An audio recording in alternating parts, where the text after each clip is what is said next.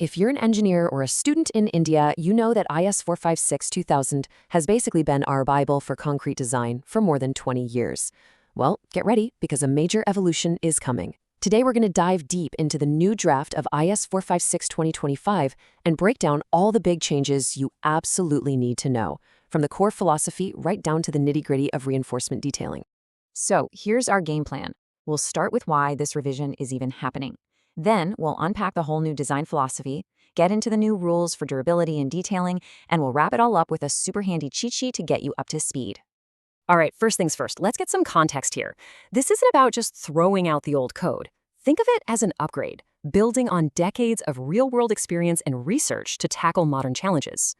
As you can see, IS 456 has never been static. It's always been a living document. It started way back in 1953 and has been updated every couple of decades since. The 2000 version, the one we all know, was a big deal because it brought in high-performance concrete. Now this 2025 draft is making another huge shift, this time putting a massive focus on durability and officially bringing pre-stressed concrete into the fold. It's just the next logical step. Okay, now for what I think is the biggest change in this whole draft. It's a fundamental shift in thinking. We're moving beyond just asking, is this structure strong enough, to asking, how is this structure going to perform over its entire life? So, the 2000 code really focused on two main things, strength and serviceability. Makes sense. But the 2025 draft blows that wide open with 6 pillars. Of course, strength and serviceability are still there, but now we have durability, which is all about making things last, robustness so it can handle unexpected loads, integrity to make sure it all holds together, and even restorability, the ability to actually repair it after damage. It's a much more complete picture of a structure's life.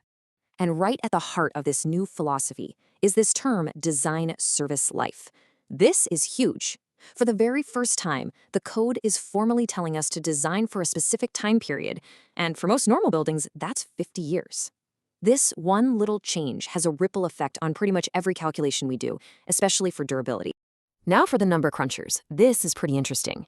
The way we calculate the bending moment is getting a tune-up. The old way was based on this assumed strain value in the concrete, something called secondary compression.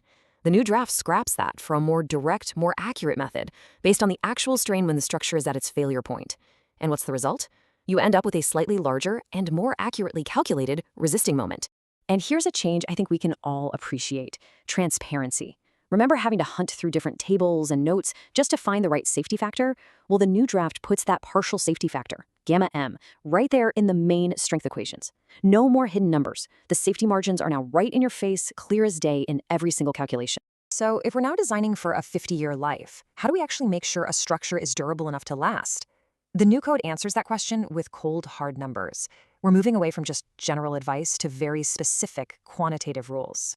And it all kicks off with these new, much more detailed exposure classes. Instead of kind of vague categories like mild or severe, the draft now gets super specific. It breaks things down by the type of attack, like chlorides causing corrosion or a sulfide attack, and then rates the severity. This lets us do a much, much more precise durability design. And here is the direct result of that new focus on durability. Just look at this chart. The increase in the required concrete cover is pretty dramatic. For a severe exposure condition, we're jumping from 45 millimeters in the old code all the way up to 75 millimeters in the new draft. And that's not an exception. This increase happens across the board. The key takeaway here is simple. We're using a lot more concrete cover to protect that steel for the full 50-year design life. But it's not just about cover, it's about performance. The draft now tells us the maximum crack widths that are allowed, and it depends on the exposure. So for a dry indoor space, a 0.2 millimeter crack might be okay. But if it's in a splash zone, that tightens up to just 0.15 millimeters. This is a direct, measurable requirement that connects serviceability right back to durability. Okay, so we've seen the new philosophy. Now let's see how that trickles down into the practical, on-the-ground rules for reinforcement. These are the kinds of changes that are going to directly impact our drawings and the work on site.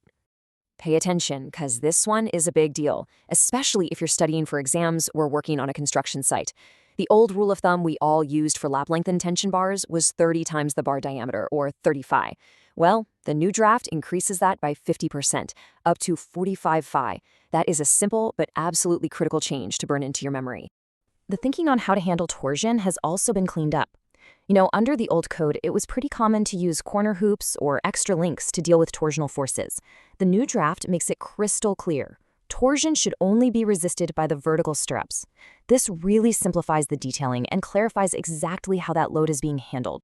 Okay, we have covered a ton of ground. So let's pull all of this together into one final, super practical summary. Think of this as your personal cheat sheet for making the switch from the 2000 code to the 2025 draft. So what do you need to unlearn? Forget about just 2 design criteria. You need to adapt to the new 6. Ditch the old secondary compression formula and start using the new strain-based one. 35 for lap length? That's out. 45 phi is in. And move away from those vague durability guidelines to the new hard and fast tables for cover and crack width. And finally, remember, torsion is now handled by vertical stirrups only. This slide right here, this is your key takeaway. Now, I have to add a really, really important disclaimer here. Everything we've talked about today is based on the draft document. That means these clauses and values, especially the ones in the tables, are provisional. They could still change. So always cite this as the draft version and keep your eyes peeled for the final official code from the Bureau of Indian Standards. When you boil it all down, this new draft is really about a fundamental shift in our responsibility as engineers. We're moving away from just designing for strength on day one to ensuring performance and durability for the long haul. It's asking us to think in terms of decades, not just years. So the real question is, are you ready to start building for the next 50 years?